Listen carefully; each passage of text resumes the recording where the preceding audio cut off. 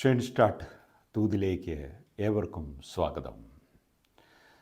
വിശുദ്ധ മത്തായി എഴുതിയ സുവിശേഷം 6-ാം അധ്യായം 25 മുതൽ 34 വരെയുള്ള തിരുവചനങ്ങൾ.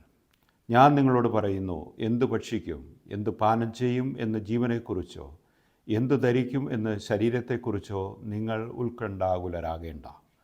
ഭക്ഷണത്തേക്കാൾ ജീവനും വസ്ത്രത്തേക്കാൾ ശരീരവും ശ്രേഷ്ഠമല്ലേ? ആകാശത്തിലെ പക്ഷികളെ നോക്കുവിൻ, അവ വിതയ്ക്കുന്നില്ല, കൊയ്യുന്നില്ല, കളപ്പുരയിൽ ശേഖരിക്കുന്നുമില്ല, എങ്കിലും നിങ്ങളുടെ സ്വർഗസ്ഥനായ പിതാവ് അവയെ തീറ്റിപ്പോറ്റുന്നു. അവയേക്കാൾ എത്രയോ വിലപ്പെട്ടവരാണ് നിങ്ങൾ. ഉത്കണ്ഠ മൂലം ആയുസ്സിൻ്റെ ദൈർഘ്യം 1 മുഴമെങ്കിലും കൂട്ടാൻ നിങ്ങളിൽ ആർക്കെങ്കിലും സാധിക്കുമോ? വസ്ത്രത്തെപ്പറ്റി നിങ്ങൾ എന്തിനാകുലരാകുന്നു? വയലിലെ ലില്ലികൾ എങ്ങനെ വളരുന്നു എന്ന് നോക്കുക. അവ അധ്വാനിക്കുന്നില്ല, നൂൽ നൂൽക്കുന്നുമില്ല. സത്യമായി ഞാൻ നിങ്ങളോട് പറയുന്നു, സോളമൻ പോലും തൻ്റെ സർവ്വമഹത്വത്തിലും ഇവയിൽ ഒന്നിനെപ്പോലെ അലങ്കൃതനായിരുന്നില്ല.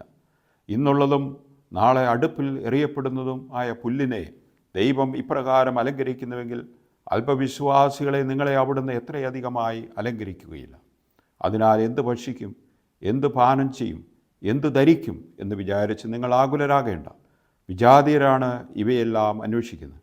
നിങ്ങൾക്കിവയെല്ലാം ആവശ്യമാണെന്ന് നിങ്ങളുടെ സ്വർഗസ്ഥനായ പിതാവ് അറിയുന്നു.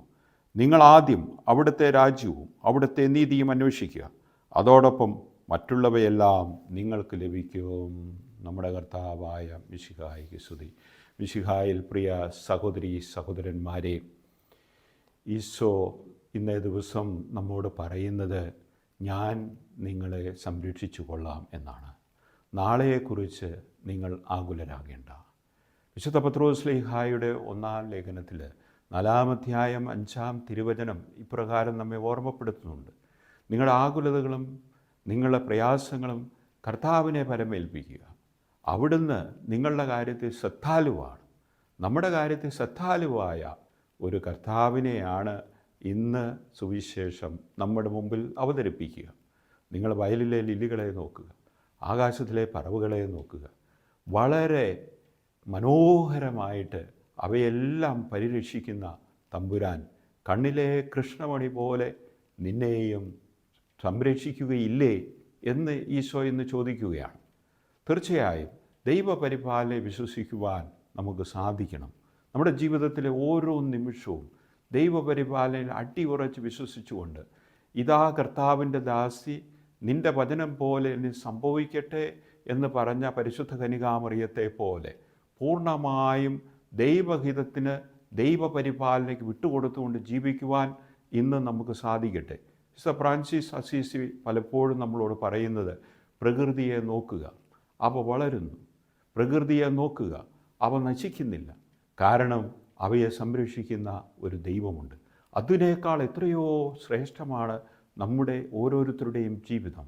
ഫ്രാൻസിസ് മാർപ്പാപ്പ നമ്മെ ഓർമ്മപ്പെടുത്തുന്നത്, ആകുലതയും ഉത്കണ്ഠയുമാണ് വിശുദ്ധ ജീവിതത്തിന് എപ്പോഴും എതിരായിട്ട് നിൽക്കുന്നത്. തീർച്ചയായും ഈ നോമ്പുകാലത്തിൽ വിശുദ്ധ ജീവിതം നയിക്കുവാൻ കർത്താവിൽ നമുക്ക് ആശ്രയം വെക്കാം. ആകാശത്തിലെ പറവുകളെ പോലെ, വയലിലെ ലില്ലികളെ പോലെ നമ്മളെയും സംരക്ഷിക്കുന്ന ഒരു ദൈവം നമുക്കുണ്ടെന്ന് നമുക്ക് വിശ്വസിക്കാം.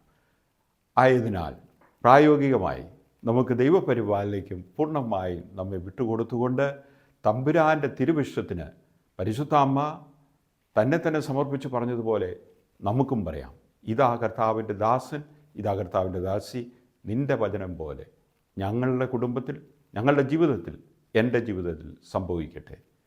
പ്രസാദപരനാഥ നമ്മെ സഹായിക്കട്ടെ. ഈശോ അനുഗ്രഹിക്കട്ടെ.